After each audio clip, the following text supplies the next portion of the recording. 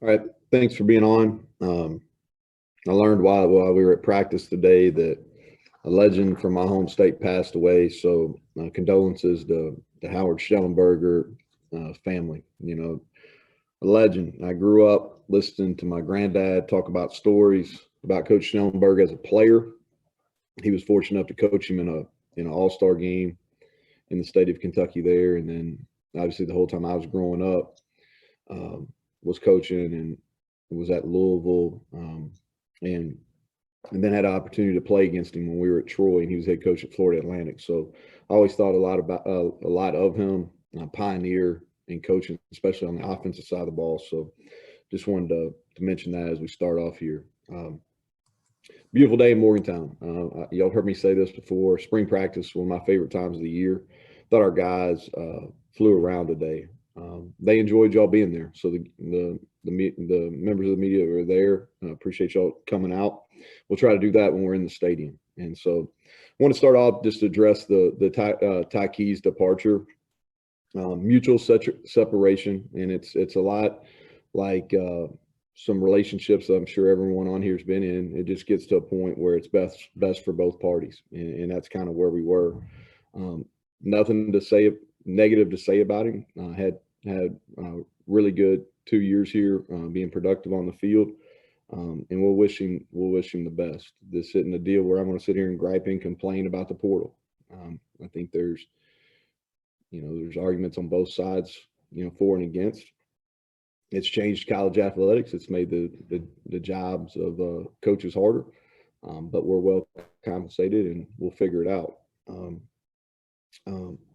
And I think the other thing important to note is, the departures we've had. We've really only had one, what I would call a surprise, and that was Drayshawn earlier in the spring. The rest of them were you can kind of see coming, and we've to this point we've gained more than we lost. We've got to continue to do a good job.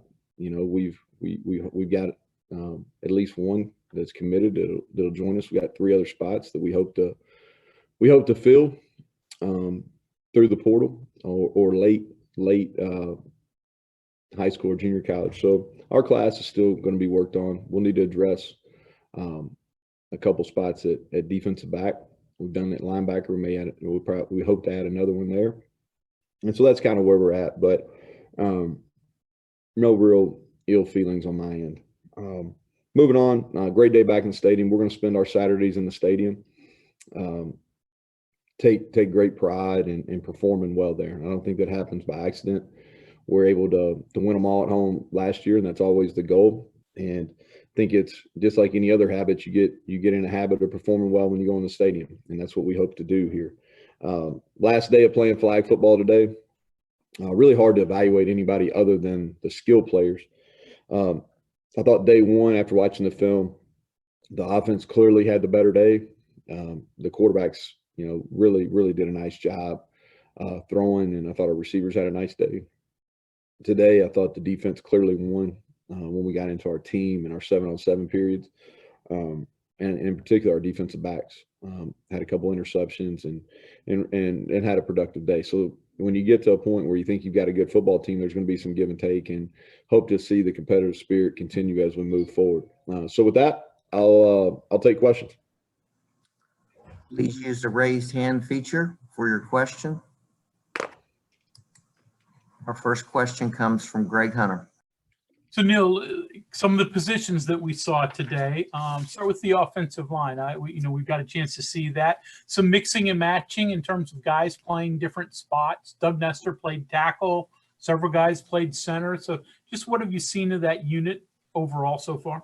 Yeah, we're gonna try to find our best 5 out there, and in the process of doing this, like we talked about, I think on Wednesday when we practiced after first practice, is we're going to move guys around, try to create some versatility during spring ball. At center, Zach Frazier, James Gamitter, Jordan White are all going to get snaps there.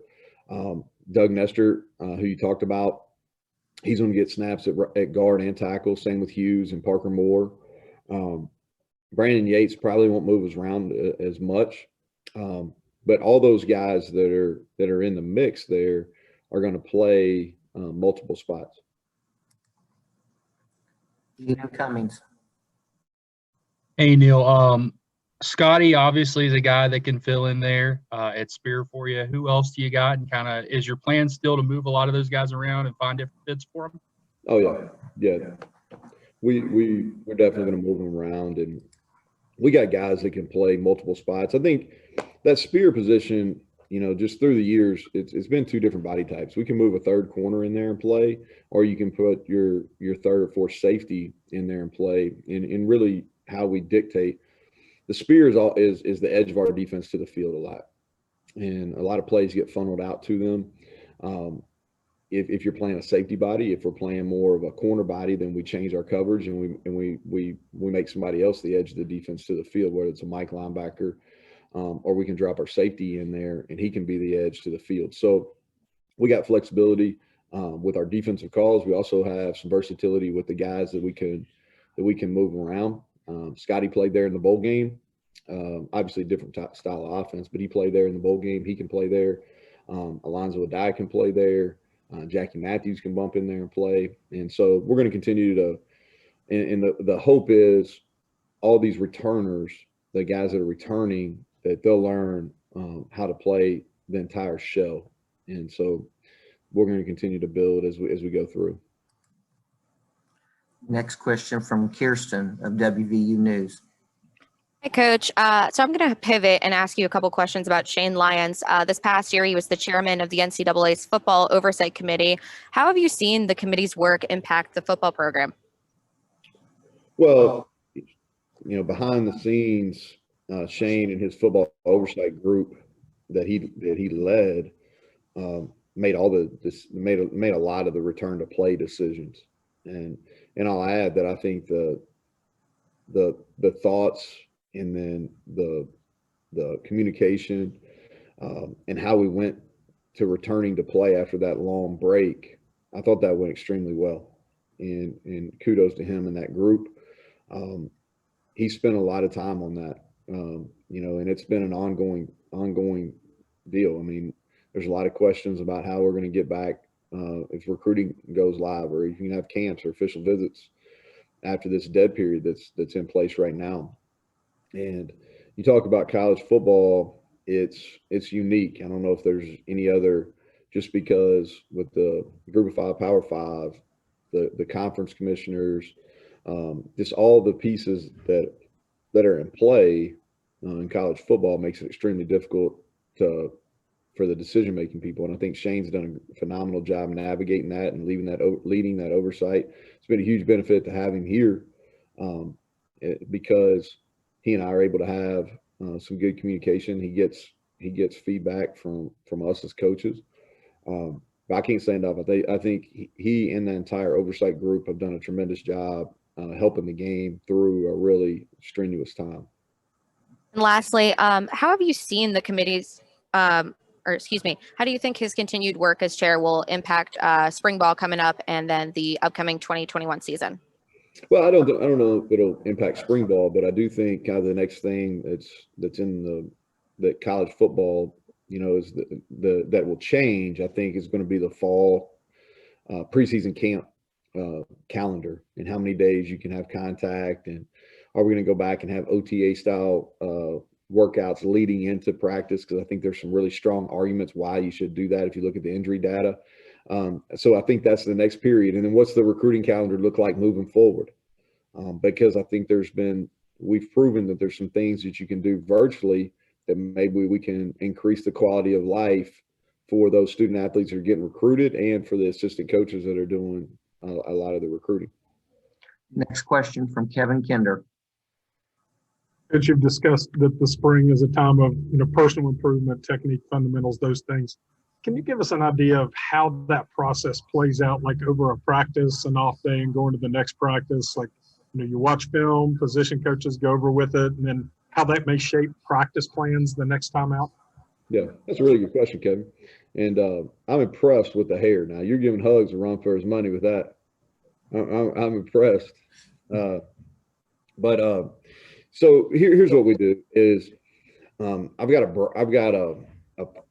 kind of a sketch of a plan for 15 practices, and basically we're going a little bit later And so we're probably not going to go as much contact during this spring as we've done so in the past. And there's a couple different reasons for that. The first one is we're a little bit older. Second one is we're a little bit thinner, but we're going later than we normally do. So I think we've got to be careful, just because if somebody were to get injured, it's tight on a turnaround schedule. So I've got a brief plan. Basically what we're going to do, we went helmets the first 2 days because that's the rules. And then we're going to have a physical week next week. I don't know if we'll tackle to the ground, but we're going to do some good thud practices. And we're going to go Thursday morning, then give them a break. We don't have a spring break, a traditional spring break in this academic calendar, but we're going to give our guys basically from Thursday after practice until Monday evening, and then we won't practice again until Wednesday. So give them a break there, and then that'll give us 5 practices. So we'll kind of see how where we're at after those 5, and then during that break kind of regroup and plan the last 10. But really what we're looking for is have a more physical work kind of in the middle, early on, like the first 2 days we weren't, and then kind of ending with less physicality, even though we have a spring game, kind of the thought process ending. But yeah, for instance, I'll give you a great example. So to kind of finish your question is today, we had 2-point plays was a point of emphasis. Okay. And so we'll go in here and watch those. Now, right now, the practice schedule on Monday doesn't include a 2-point segment, but I may see something on video that I didn't see on the field, but I didn't think we played those particularly well on either side. So we'll add those back in. We'll do some kind of competition 2-point play period on Monday to kind of teach off of today's practice. Ryan Pritt. And I wanted to ask you about the wide receivers. Obviously, there was some good and bad last year. The drops are pretty well known now. Just wondering if there's anything other than just reps you can do to try to fix that, especially in the spring, and just where are those guys in terms of that? Are you pretty confident you've got some of those issues fixed? I don't know if you're confident until you go out there and do it in a game setting. It's I think we're talented in that room. I think the main challenge for us is we've got to, and you've heard me talk about this on Wednesday, excuse me, is we've got to do a better job controlling our emotions and our response to when things do go poorly. They've got to be better. We can't let one mistake or one drop pass affect another play. And so we've got to be able to control our emotions. We got to show growth. Those guys have had great winners. You all saw a lot of them today. I mean, Winston Wright looks significantly different. Bryce Wheaton, Sam James looks significantly different than they did when you saw them after the bowl game. Sean Ryan is in that same. And so we have talent in that room. It's not a talent issue. We've got to be more consistent. Some of those guys, and I would say a lot of those guys have been pressed into playing before they were probably physically ready. And sometimes that's good, and sometimes it's not. And so they put a lot of work on it in catching the ball over the break. But until we get into the fall and they do it in the games, probably shouldn't forecast. John Antoni. I thought I was going to be the last question. I thought you'd end with this, but I see Greg's up there. Who you like tonight in the Sweet 16? I know you're a big college basketball fan. Who you pulling for? Yeah, this is I do like college basketball. I like watching the games. It's good for me because my oldest daughter, Adam, she's a big basketball fan right now too. So you can kind of watch and so I've enjoyed the tournament, kind of watching with her and going. I think we made every one but one of the home games that we could go to here. So to me, what you see in this tournament is you're seeing a lot of the older teams that have experience. And then I think it's turned into such a shooter's game. It's a shooter's game. And I think if you have people that can create their own shots, then you got a real possibility. And so as far as who's going to win it, I don't know. I don't put myself out there, but I do like it. I'm a big professional basketball fan too. I watch a lot of NBA basketball. Some of that's just because when I'm up, some of those games play later. But I enjoy basketball. I think there's some real, strategy involved. I think that's one of the things that makes Hug special is I don't think people talk, how he offensively. I was so impressed with what he did offensively this year. To turn right in the middle, 5-6 weeks into the season and change completely offensively what they were doing and how the ball moved. And I know he was on about dribbling and stuff like that, but I was just so impressed because I know this, like in football, if you think you go into a season and you think it's going to go a certain way, and then all of a sudden one of your main cogs is something happens and you have to change gears, it's difficult. So I really respected that. But we'll see. I think a cool story is Oral Roberts. That point guard they got can go, and then the dude with the mustache for Loyola. I'm tripping over my words, but Loyola Chicago, man, he's a tough. They're going to be a tough out. They're well coached. They play together, so that'll be fun. And then I'm excited. I'm going to go check out some women's soccer, man. We've got top 10 battle. Yeah. And Nikki is what a job she's done, and then hopefully baseball we can win 2 today. Kevin's already got to start at it. Real quick, is there any carryover? Because I know Hugs talks football analogies sometimes when he talks about basketball. You do too. Do coaches look at things from? Because there anything carryover there between the sports? Yeah, I think competition's competition. All right. I really do. I use a lot of basketball examples in our team meeting. Okay. I'll give you here's an example that I don't know if this goes with what we're talking about. But last year at the beginning of the season, we're into September, the basketball playoffs, NBA playoffs are going. And we used a ton of Jimmy Butler. Because if you remember how Jimmy Butler played in the Eastern Conference Finals and then in the NBA Finals, you talk about a competitor.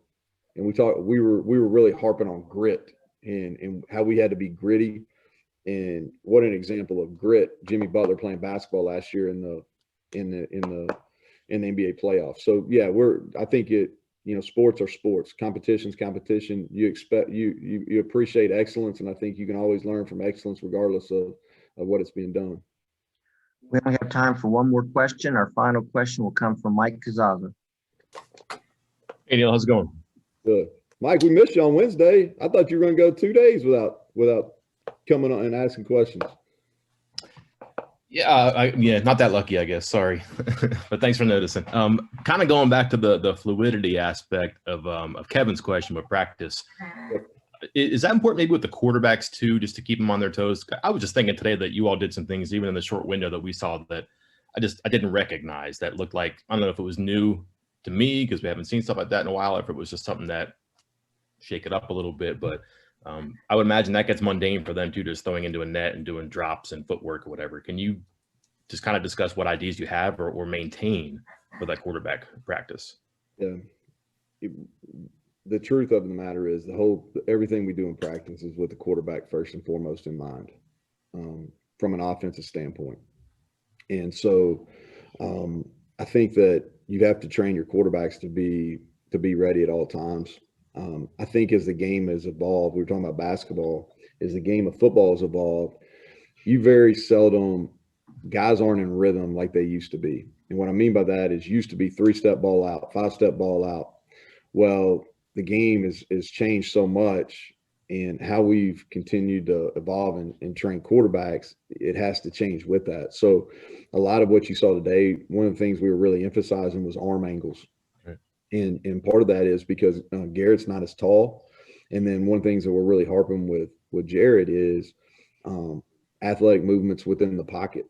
Okay. And I think one of these Zooms, we talked about Tom Brady, how he did a phenomenal job of just moving. And so a lot of it, today, what you all saw was the team segment was a kind of a team normal deal. And we were trying to move the pocket some with the quarterbacks on the move. We're doing a little bit of different protection to give both those quarterbacks an opportunity to have better vision. But a lot of the drills we're doing today, we're focused on mixing up arm angles, getting the quarterbacks in uncomfortable positions, and then really trying to challenge them, all right, because our defense was doing some things that were really tough looks for them as far as the secondary shell. And so I knew there were going to be some negative plays, which is okay. I just want to see how they react. You know what I mean? Like, I wanted to see how they react. So, like, and I'll give you an example. Garrett Green threw a pick because he never saw the guy. And so our progression went kind of here to here, and the safety bounced in. I don't know what you can see. I forget they have this screen behind me. But anyway, so the